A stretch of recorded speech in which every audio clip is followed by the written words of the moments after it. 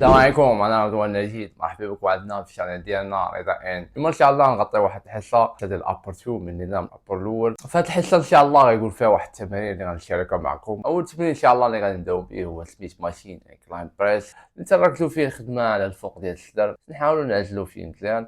ندير الكرسي ما بين 43 درجه حتى 30 درجه. كل ما هبطتي الكرسي لتحت كل ما كان الاستهداف ديال الكتاف والباي اقل، كل ما طلعتي الكرسي الفوق كل ما كان الاستهداف ديال الكتاف والباي والبيسبس بزاف.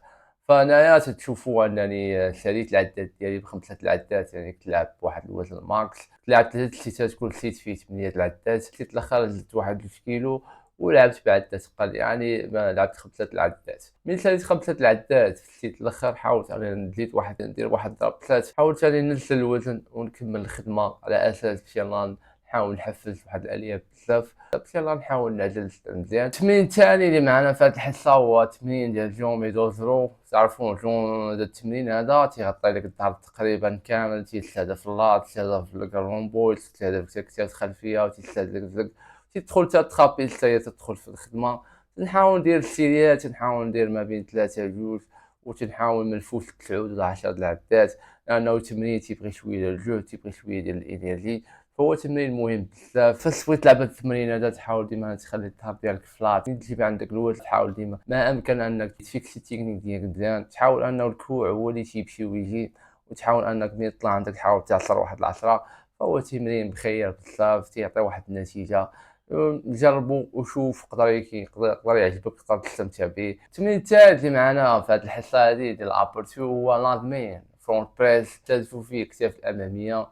هاد التمرين هذا علاش اختاريته وعلاش حطيته في البروغرام؟ لاني باغي نستهدف واحد العضله تحت الصدر سميتها التيراتوس انتيريوس. تعرفوا واحد الشراطي تحت الصدر تتكون ملي تدير واحد البوزين تتبان لك واحد الشراطي تحت الصدر، فهذيك هي لعب عليها بهذا التمرين هذا. وكذلك استهدفتها ومدخلتها الكتاف الاماميه. تنحاول ندير ما بين 2 سيتات، كل سيت تندير فيه 12 عده ولا 14 عده. فهو تمرين مهم بزاف. الرابع اللي معنا هو الديب تشيست، وبالتمرين ديال نحاولوا ان شاء الله نعاودوا نغطيو الصدر بهذا التمرين ديال الديب تشيست. علاش اختاريت هذا التمرين هذا؟ لانني تستمتع به اول حاجه. ثاني حاجه يعني تيغطي لي مزيان الصدر اللي تحت، يعني الجزء التحت، تحاول انه تينسق هذاك الصدر، تحاول تعطي واحد الشكل زوين ديال الصدر. يمكن لك انك تختار ديكلاين في سميت ماشين بريس، يمكن لك تختار التمرين تا هو مزيان. يمكن لك تلعب بالدومبل، بغيتي تلعب بالبار، بغيتي تلعب بالدومبل، انت يا حر. تختار التمرين لانه تيغطي لي مزيان الصدر السفلي، وتعطيني واحد الشكل زوين، وتنحس بواحد البومب ملي تنسالي التمرين. كذلك انه اولد سكول فهمتي، شي حاجه اولد سكول تنحاول نختاروها ولكن بذكاء، ماشي اختار وصافي. خامس تمرين واللي غادي يكون معنا ان شاء الله هو التمرين بول اوفر رو. هذا التمرين هذا تنحاول انني ندير جوج سيتات او 3 سيتات. تنحاول ديما انني بعض الخطرات تنكون لاعب تركز على الفوق ديال اللات، او بعض الخطرات لتحت ديال اللات على حساب. بعض الخطرات في السيت الاخر نحاول ندمج ما بين اللات الفوقانيه واللات التحتانيه، يعني تندير واحد المد بيناتهم.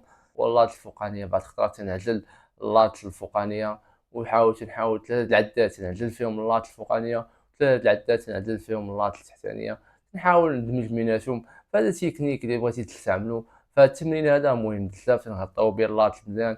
الا بغيتي تستعملو غيكون مفيد بزاف. التمرين الثالث اللي غيكون معنا ان شاء الله هو تمرين ريفيرس، الرفرفه الجانبيه، تنستهدفوا فيه الخدمه على الكتاف الخلفيه. هو تمرين مهم بزاف. التمرين هذا مشهور بزاف، تركز لينا على الكتاف الخلفيه، خاصه في الكتاف. متمسك بديك الفلسفه عدات كثيره ووزن خفيف، انا متمسك بها وتعطاتني نتيجه. الا بغيتي تجربها جربها. ديما انا نحاول نخفف الوزن، تندير عدات كثيره. بحال هنايا درت وزن خفيف ودرت 15 عده، درت وزن خفيف ودرت 15 عده، وزدت التمرين هذا في نفس الوقت. زدت التمرين هذا تنستهدف فيه تا هو كتاف خلفيه، زدتو تا هو. تنحاول انني نوسع يدي في سميت ماشيني، تنحاول نوسع يدي ونزيد نستهدف كتاف الخلفيه بهذا التمرين هذا. هو بحال قلتي غير كماله الاخر. بهذه الطريقه هذه ما تنصحش بها في الاول، فتنصح فيها غير انك لا كنتي فالطريقه هذه تنصح فيها الا كنتي عارف اش دير. ماشي اي واحد يقدر يدير الطريقه هذه. تحاول انك توجع الجهد باش يبقى عندك الجهد تخدم التمارين الاخرى.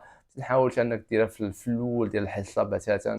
اخر تمرين معنا في هذه الحصه هذه ان شاء الله واللي غادي يكون هو تمرين ديال الكيبل الايجيبسيان، ما عقلتش بالضبط على السميه. فهذا التمرين هذا تستهدفوا فيه الكتاف الجانبيه، وتعرفوا الكتاف الجانبيه تعطينا واحد اللوك زوين ديال الفري شيب.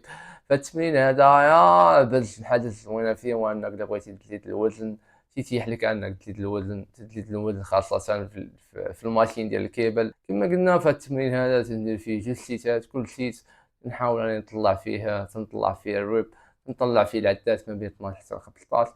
وتمرين مهم بزاف وتمرين زوين بزاف. قبل ما نختموا نشكر اي انسان تبع معنا الفيديو حتى الاخر. ما تنساوش ديروا سبسكرايب ولايك وشير، وان شاء الله نشوفكم في فيديو ان شاء الله الا غطينا فيه شي حصه.